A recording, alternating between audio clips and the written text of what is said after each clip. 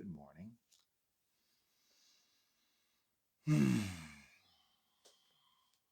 Happy 5th of July. We are going to be starting off in Matthew 19.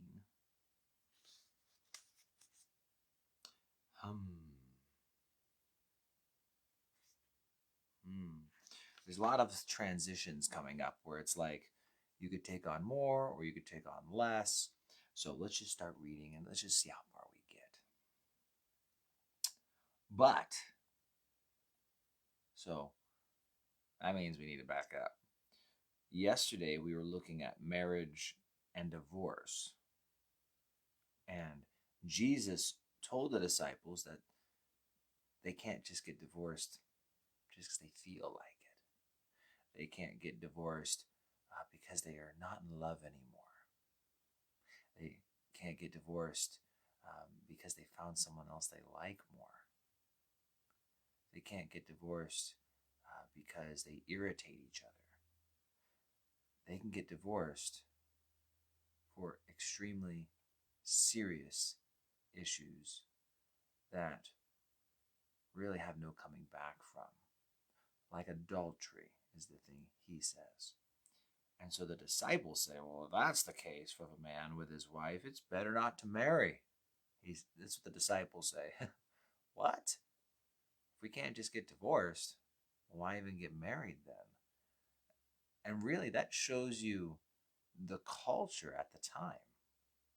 That the idea that divorce was just kind of like a right that we should be able to do freely, whenever we feel.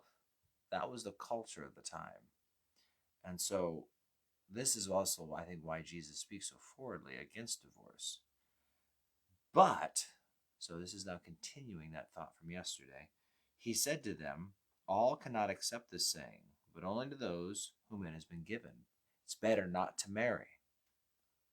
But, so they say that, right? It's better not to marry, but not all can accept this saying, the better not to marry saying, but only to those whom it's been given. For there are eunuchs who were born thus from their mother's womb, and there are eunuchs who are made eunuchs by men, and there are eunuchs who have made themselves eunuchs for the kingdom of heaven's sake.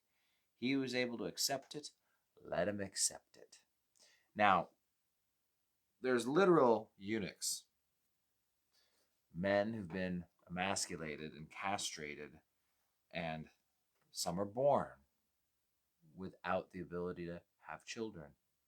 Some are made that way by men. Like I say, the Bible doesn't say it explicitly, but when Daniel, Shadrach, Meshach, and Abednego are sent to be under the watch of the keeper of the eunuchs, you kind of have to assume, right? I'm just saying. Now, but some make themselves eunuchs. Now, I think Jesus here is speaking more symbolically that some people choose to live a celibate life. Some people choose to not have children. It's a choice. And he says it's for the kingdom of heaven's sake. And so, yeah, I had a good talk with a young man just recently, and I was explaining to him, that I don't have much time to play video games, but I'm the generation that grew up with video games in the home, right? I mean, I've had a Nintendo since I was a little kid, and I would love to play video games. They're fun for me. I grew up playing them, so it's like in my DNA a little, but I don't have time to invest. And I explained to him, if you want to go play video games, play some video games. Because I said, with me, I've decided to have, a church which I pastor. That takes time. But I also have like rental property stuff and some of previous investment stuff that I have to spend time on. And I have an oversized garden, bigger than we thought we were getting. And that takes a lot of time. I decided to build my own kitchen cabinets and remodel my own bathroom and do all these other projects, care for my few acres here. And that takes a lot of time.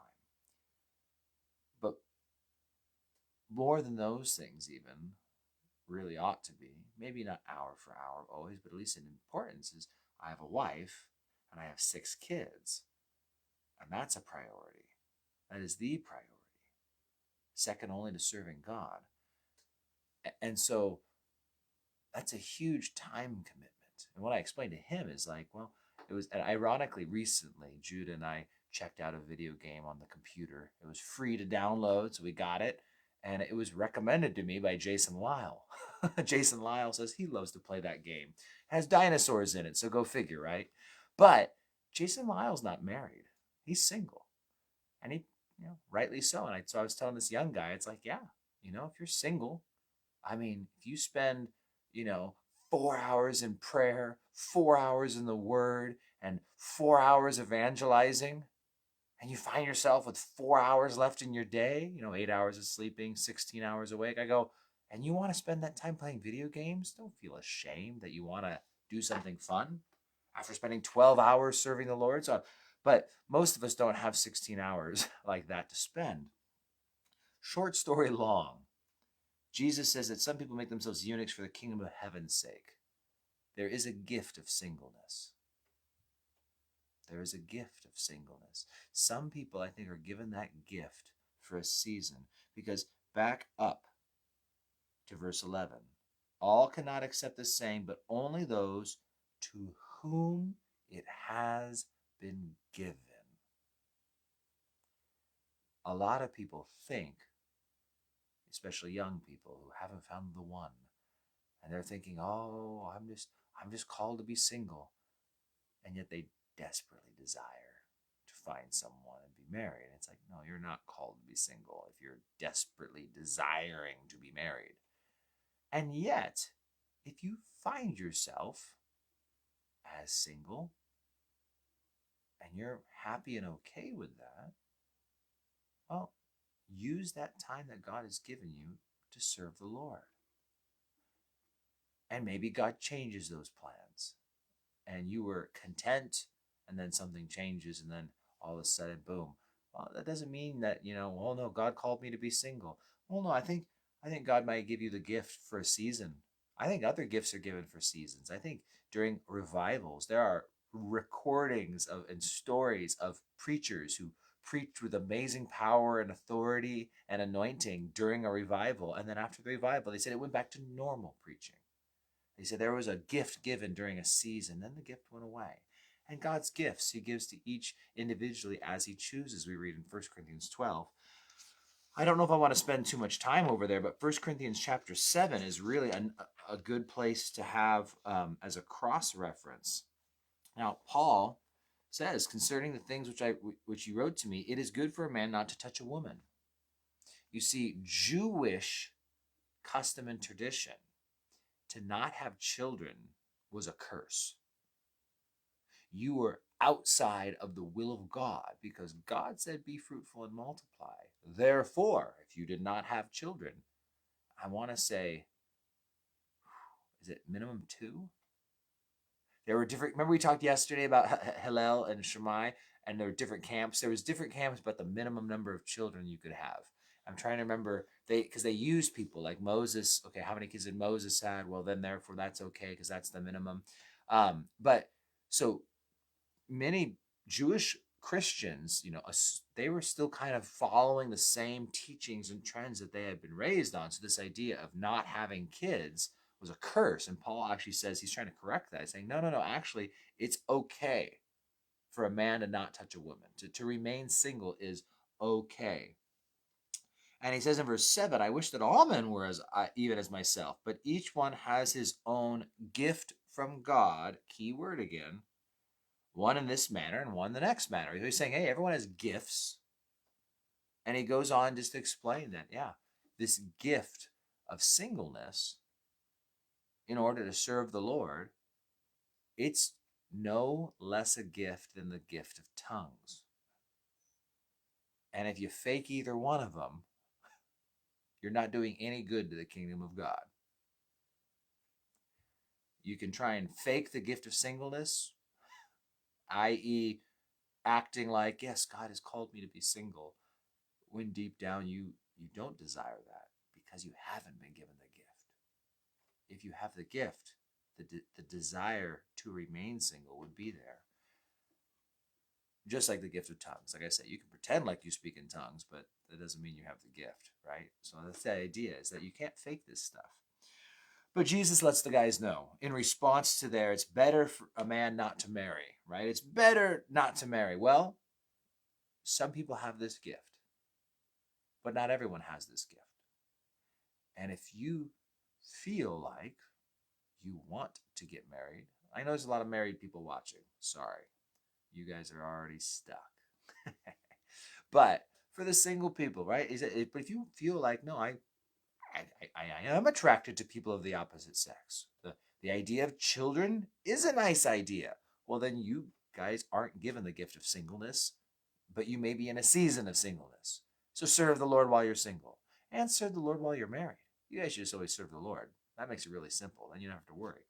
But there we have it. Now, you know what? I'm just going to read. I know we spent a lot of time on that, but 2 more verses. How much longer could that take? Then, so it's just like right after this, little children were brought to him that he might put his hands on them and pray. But his disciples rebuked them. But Jesus says, let the little children come to me, and do not forbid them, for such is the kingdom of heaven. And he laid his hands on them and departed from there. 2 things. I won't spend much time. 1,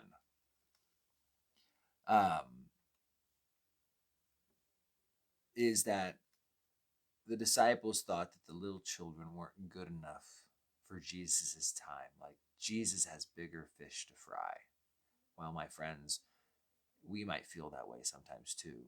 Like, who am I? I'm insignificant. And it's no. Jesus doesn't have bigger fish to fry. You're a perfect fish. You're the kind of fish he wants to catch. And he wants to clean, right? That's what he does. He catches fish and then he cleans them. So that's a good thing to remember. Secondly, this idea of, let the little children come to me. This would have been a casual outdoor setting. Jesus sitting on the ground. He probably wasn't teaching I'm going to guarantee you he wasn't teaching at the time. I don't, there was stuff going on and the kids, oh no, the master can't. This isn't, I don't know. I've seen people use this verse for other reasons, and so I'll just leave it at that.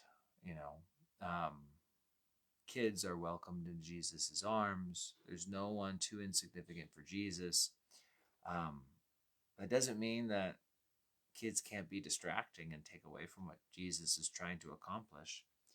I'm sure if it was the middle of the Sermon on the Mount and someone was, running at Jesus, and the kids are climbing on him, he might say, hey, hold off and hang on a minute. Let me finish this sermon. It's going to be kind of a big deal. And then I'll hang out with your kids. So, hey, it's just a good reminder that little kids can be a distraction. But at the same time, Jesus has time for them too. I thought you were going to say that some people think that they are too proud to do children's ministry. No one's too proud to do children's ministry, Enrique. Some people are just scared of children. No. So, anyway, all right, guys. I will see you guys tomorrow as we take on the rich, young ruler. God bless you guys. I'll see ya.